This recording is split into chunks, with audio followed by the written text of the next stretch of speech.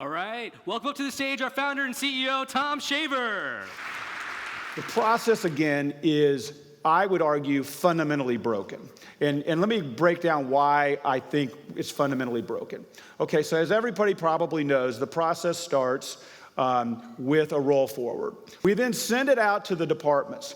And so this one schedule, which wasn't very good to start out with, now gets fractured into a whole bunch of pieces for each department that manages their little micro schedule.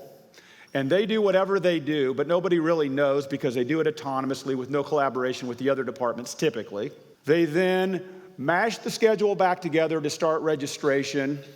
So now this 80 separate schedules turn into one mashed together schedule. We start registration, and lo and behold, we've got late cancellations and late ads, and it turns into a fire drill, and then the semester starts. And then we say, you know what, let's just do that all over again.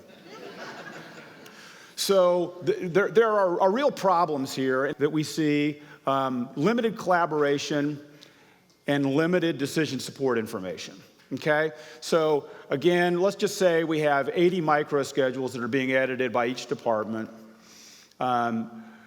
They probably don't have a lot of insight into changing student needs. They probably have much more clarity into what their students and their majors need out of their classes, but maybe less clarity in terms of the service courses they teach and which ones may be bottlenecking, where they need to add extra sections and extra seats. So they need better data, and they need a better framework in which to apply that data to make better decisions. And then the other thing is that they need better collaboration. We've talked to institutions where they've literally said, not only have we never collaborated on building an academic schedule for the college or university, we've never collaborated on much of anything. We just kind of do our thing in our department autonomously, and while we respect our peers, we just don't talk to them very often. So the process is broken, okay? So why should that matter? Why should you care about that? Number one, we talk about student success a lot. One of the things that we need to do more, I would argue, in the student success conversation is actually ask the student what they need, okay? When we ask, what do we find out? We find out in the most pervasive student satisfaction survey in our industry, we find out that the number one student-reported challenge is they can't get the classes they need conflict-free at registration. It trumps everything else. When we find out really how we're doing in schedules, and this is part of our database, very, very few of the courses that we're offering to students on a typical campus are actually even reasonably aligned with the demand for those courses in terms of the seats offered. This is a startling statistic. Again, this is the reason that I ended up starting this company, because was working with my father, I realized how big of a problem this was. But even I, with that background, assumed when we started measuring how balanced the courses were with student demand, I assumed that at least half of the courses on a typical campus would be quote-unquote balanced. Now, we call that 70 to 95% full at census date. So there's been some attrition, typically, in a course between peak enrollment and census enrollment, but we use census enrollment, and we say reasonably, if it's over 95%, it's probably a course that the students that are the latest to register for, your freshmen, your first-year students, they're going to have a hard time getting seats in that class. Make sense? If it's below 70%, your most important, your most expensive resources, your faculty, are being pretty grossly underutilized. So we'd like to see your courses in that pretty big range of 70 to 95%. Again, I assumed when we first started measuring this, at least half of the courses on a typical campus would be in that range of balanced. What do we find? Believe it or not, this is average. The typical school has fewer than a third of the courses that they teach balanced with student need. Fewer than a third, okay? So this is obviously something that we need to get a lot better at. If you're a basketball fan, think Shaquille O'Neal shooting free throws, okay? The broader impression we have of higher education, when we look at adults being surveyed in Gallup, just in 3 years between 2015 and 2018, confidence is plummeting. Okay? It's gone from 57%, which wasn't super high to begin with, down to fewer than half of Americans feeling that higher education is an industry that they have high confidence in. And then when Gallup was kind of collecting the related data on the survey, they found out that the two big themes were quality and affordability. Now, those are pretty broad themes. I'm going to argue that while affordability is a little bit more, a little bit more crystalline in terms of how to define it, part of quality, I think at least a big part of quality, is the question of completion.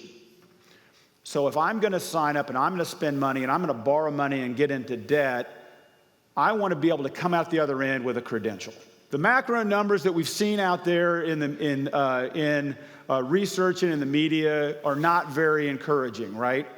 Just over half of the undergraduates that start in pursuit of a credential, the degree-seeking undergraduates, under half of them actually finish with a credential, okay? And here's how it breaks down. A little under 60% at the four-year level, and unfortunately, just over a quarter of the community college students end up with an associate's degree, or actually any credential. The argument we're going to make is that this idea of degree velocity can help us get better, not just in terms of completions, but also in terms of affordability. And that's why I think you should care. And that's why I think you ought to consider at least leaning into this problem a little bit more. Time to degree at a 2-year certificate, a 1 or 2 year certificate level is 2.7 years, but to get a 2-year associate's degree, it's taking almost 3.9 years. 4-year bachelor's degrees at Research 1 institutions, students are taking 4.8 years and 4.4 at Research 1 institutions. And that's in part because the credits that students have to take to complete a credential are well over the base credits. So they're taking excess, unproductive courses in many cases to fill out their schedules.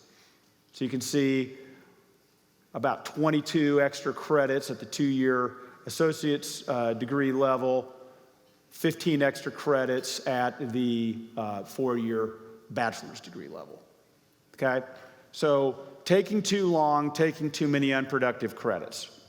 Not only are completion rates not very good, on-time completion rates are obviously much worse.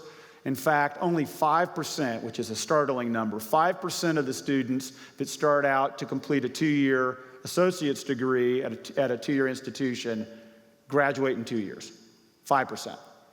19%, as you see on the bottom right, of students pursuing a 4-year bachelor's degree can do it in 4 years. 31 million students have some credits but no credential, and the average student that does graduate graduates today with $30,000 of debt. It's the #1 non-mortgage household debt in America today. And I'm going to argue that time, not tuition, is the enemy of affordability. The fully loaded cost of those kids, our kids, to go to an in-state school is about $25,000 a year. So if they graduate in 5 years instead of 4 years, it's going to be 25% more expensive, okay? So if we look at the data, a 10% improvement in what we call degree velocity is actually more important than a 30% reduction in tuition. Okay, how many of you think if you went back and said, you know, affordability is really important, President, I think we ought to consider a 30% reduction in tuition this year, right? Obviously, that's not going to happen, right? I think we're all just battling to keep tuition relatively flat. But we're going to argue that, because we've seen it already, we've seen enough of it already with our early adopters that are really leaning into this, that we could move the needle by 10% in terms of time to completion. So these are the things that we're doing. Again, we're focusing on degree velocity in our strategic engagements. We like the teams that gather, that analyze the schedules and help their academic departments become more cohesive, become more collaborative, become more data informed. We like them to set their own priorities, but we strongly nudge them toward this idea of degree velocity because we think it matters so much. So what can you guys do? Because ultimately, that's really what I'm asking you to lean into. Well, it is Aspire, so obviously, first and foremost, we're asking for you to be aspirational. Okay, what does that mean? That means that you have the choice of saying, we've always done it this way, we'll always do it this way, those knuckleheads will never listen. Or you can say, you know what? This is a compelling argument. This is not working. We care too much, I care too much about our mission of graduating students that I'm not going to stay quiet anymore. I'm going to rally the troops. We're going to rally the troops, and we're going to take this sucker on. Step two is let's leverage data. We hear this over and over and over again, and it's kind of cliche, and that's how cliches happen because they're in part based in truth. But the conversations that you have to have around scheduling can be politically charged, can be culturally charged, and the only way to effectively have those conversations is if you come in armed with data, right? I've heard this from many, many people before. I think it's a great quote. I think it's real. I've seen it happen, is that faculty are not obstinate. Faculty are literally just trained skeptics. That's how they're trained. And if you provide data to them, they listen. But it's got to be compelling, it's got to be objective, but there's data out there to show over and over again where changes can happen, okay? And how structurally we can get this thing moving in the right direction. And then lastly, stay persistent.